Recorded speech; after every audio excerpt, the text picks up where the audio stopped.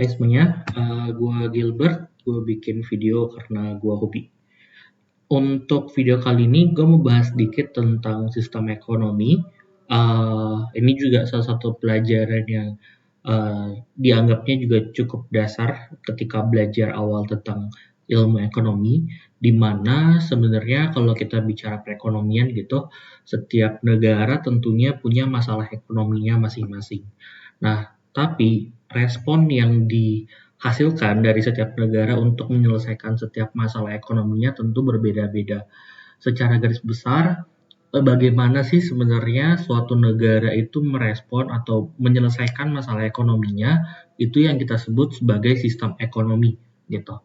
Secara kalau kita kelompokin nih sebenarnya kita bisa katakan bahwa selama ini di hampir seluruh negara itu ada sekitar 4 kategori sistem ekonomi gitu. Yang pertama yaitu tradisional, kedua pasar, ketiga komando, dan terakhir campuran. Nah, di sini video kali ini gue mau membahas lebih detail plus, minus, dan juga ciri-ciri dari sistem ekonomi tersebut. Nah, gue mulai dulu dari sistem ekonomi tradisional gitu. Sesuai namanya, tradisional, di mana sistem ekonomi ini tuh lebih sering dipakai oleh masyarakat-masyarakat yang tanda kutip cukup primitif atau masih belum terlalu maju. Ini biasanya masih sering diketemui di beberapa negara-negara yang agak tanda kutip mengisolasi diri dari pengaruh luar gitu. Jadi sampai saat ini masih menganut paham yang cukup tradisional gitu. Nah, sistem ekonomi tradisional ini tuh adalah sistem ekonomi yang masih belum terlalu maju dalam artian mereka masih belum menggunakan atau mengadopsi teknologi-teknologi terbaru seperti mesin, robot, dan sebagainya. Jadi mereka lebih banyak mengandalkan tentang kemampuan dari manusia itu sendiri atau mungkin menggunakan hewan atau mungkin menggunakan beberapa perangkat-perangkat sederhana gitu.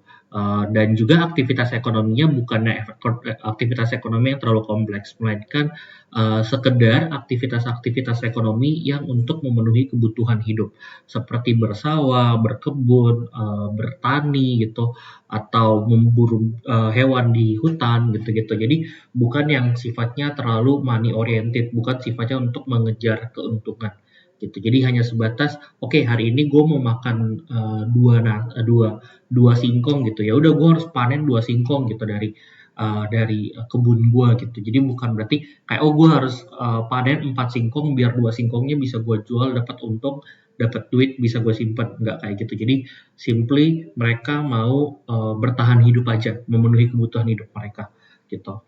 Nah, biasanya di sistem ekonomi tradisional ini tuh mata uang itu masih belum diakui. Dalam artian mereka masih belum punya sistem dalam artian uang gitu. Jadi seringkali mereka saat melakukan aktivitas ekonomi itu menggunakan sistem barter.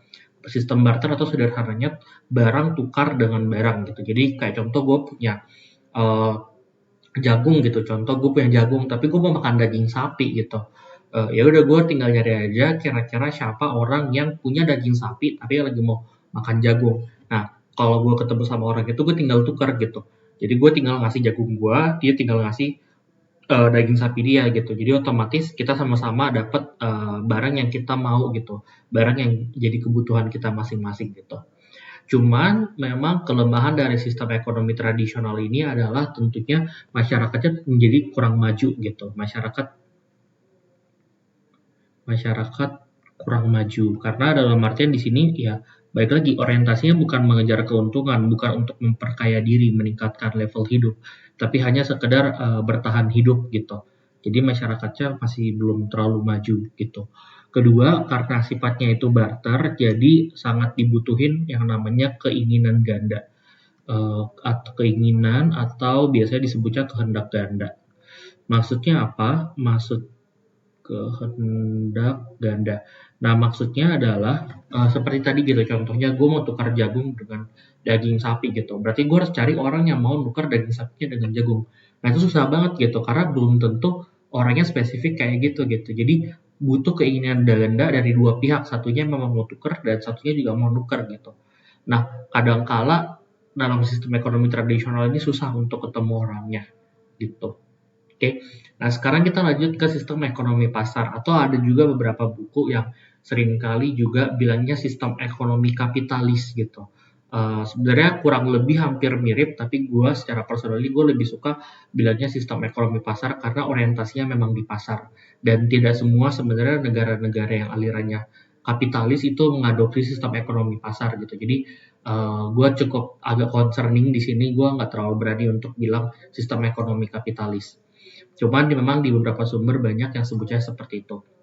Nah, sistem ekonomi pasar atau ya market lah gitu, market economic system gitu, mereka ini ya orientasinya itu ke pasar gitu. Mereka percaya ada namanya kekuatan permintaan dan penawaran atau seringkali juga kita dengarnya dengan kata invisible hand gitu. Invisible hand. Nah, karena mereka percaya akan kekuatan dari pasar itu, maka mereka sebenarnya tidak terlalu mempedulikan peran dari pemerintah itu sendiri. Jadi biasanya pemerintah di negara tersebut itu tuh sebatas hanya mengatur aturannya aja. Tapi untuk pelaksanaan pajak, subsidi dan sebagainya itu hampir dipastikan hampir mendekati nggak ada gitu. Gua nggak bilang benar-benar nggak ada, tapi kayak hampir mendekati nggak ada gitu. Nah, di sistem ekonomi ini juga karena semuanya benar-benar bergantung ke pasar, ada permintaan dan penawaran, berarti harus ada kekuatan dari setiap individu. Makanya di sistem ekonomi pasar ini biasanya hak pribadi itu diakui dalam arti kalau seandainya ini let's say gue punya harta sebanyak 20 triliun, orang lain punya harta sebesar 100 triliun, bukan berarti 100 triliun itu punya gue, itu punya orang lain gitu. Sedangkan 20 triliun itu ya punya gue gitu. Jadi kayak setiap orang tuh punya hartanya masing-masing lah gitu, punya asetnya masing-masing dan ya lo nggak bisa seenaknya pakai harta orang lain. Nah makanya hak pribadinya tuh diakui di sini. Nah tapi jangan lupa karena hak pribadi setiap orang itu berbeda-beda dan kita nggak bisa ngeklaim hak pribadi orang lain sebagai hak kita, tentunya itu membuat kemampuan kita masing-masing di pasar jadi sangat berbeda. Nah karena permintaan dan penawaran di pasar itu sangat bergantung dari kemampuan setiap orang, maka biasanya sistem ekonomi pasar ini secara negatifnya seringkali menyebabkan adanya ketimpangan ekonomi yang semakin besar gitu karena yang kaya menjadi semakin kaya, yang miskin menjadi semakin miskin gitu. Yang kaya itu punya modal atau punya harta yang lebih gede, nah itu biasanya menjadi semakin lebih gede lagi. Sedangkan yang miskin karena mereka nggak punya kemampuan dari awal, mereka nggak bisa menerobos pasar, sehingga mau nggak mau ya semakin miskin gitu. Jadi ya buruknya karena ada ketimpangan ekonomi. Nah, tapi baiknya adalah karena kita hanya sangat bergantung pada pasar sehingga setiap orang itu harus berjuang masing-masing menciptakan produk terbaru gitu atau kayak meningkatkan efisiensi mereka biar mereka bisa mendapatkan keuntungan yang sebanyak-banyaknya dibandingkan orang lain gitu. Nah, hal itulah yang membuat makanya biasanya di sistem ekonomi pasar ini biasanya inovasi dan teknologi itu menjadi sangat maju. Nah, yang nge-trigger itu adalah dari adanya kompetisi ini gitu. Kita mau nggak mau harus berkompetisi dengan orang lain untuk bisa memastikan kita dapat porsi lah gitu di perekonomian ini gitu. Nah, biasanya sistem ekonomi pasar ini banyak diadopsi oleh negara-negara yang sifatnya kapitalis tadi, seperti contoh Amerika Serikat dan juga beberapa negara-negara di Eropa gitu. Nah, yang ketiga itu kebalikannya, poros kebalikannya dari sistem ekonomi pasar yaitu sistem ekonomi komando atau planned economy system gitu aja. Biasanya kalau pasar tadi kan lebih dikaitinnya ke kapitalis. Nah, kalau komando ini banyak banget sumber yang biasanya ngehubunginnya ke sosialisme gitu. Jadi biasanya kadangnya dibilangnya sistem ekonomi sosialis gitu.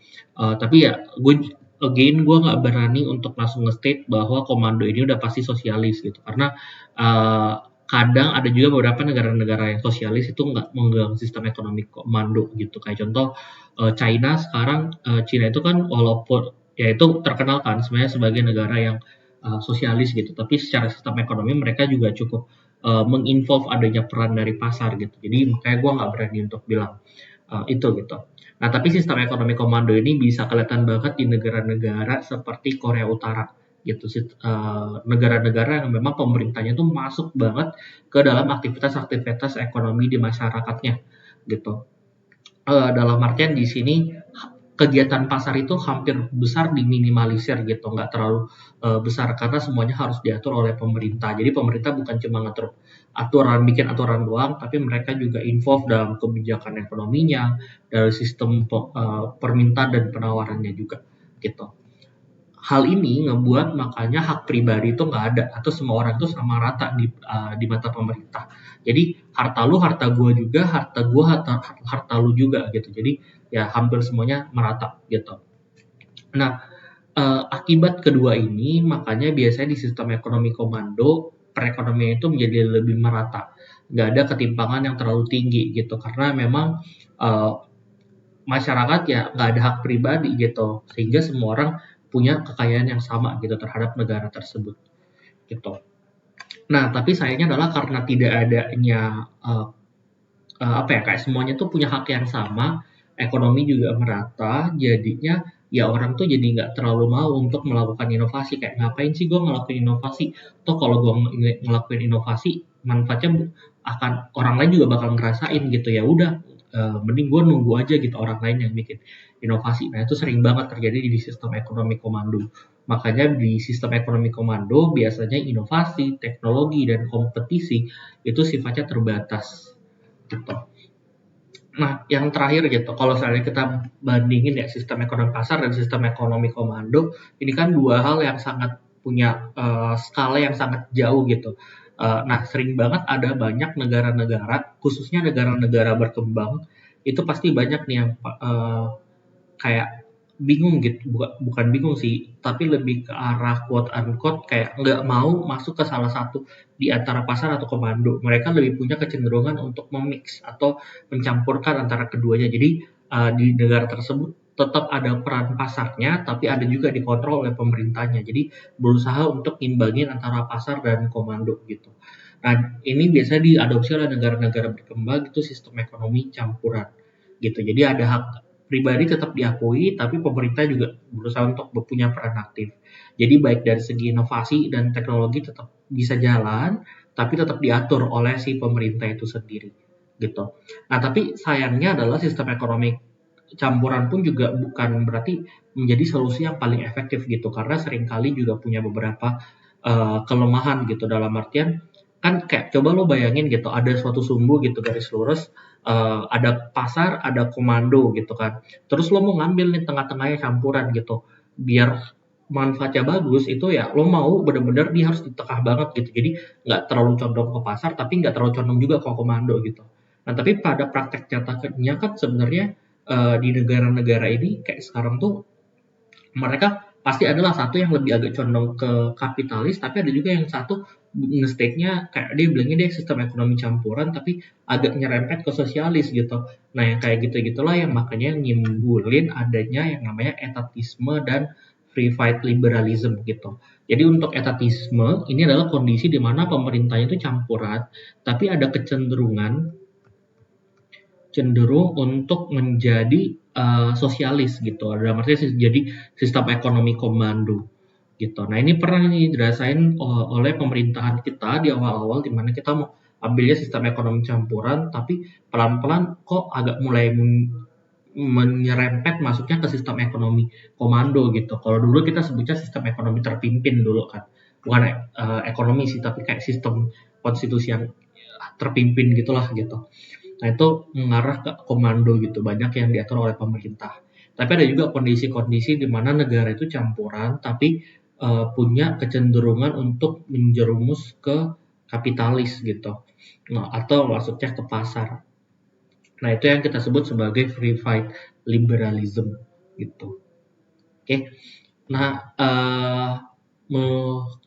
I think sampai di sini dulu aja untuk sistem-sistem ekonomi yang ada di berbagai negara. Let me know kalau seandainya kalian punya beberapa pertanyaan dan ya, thank you for watching.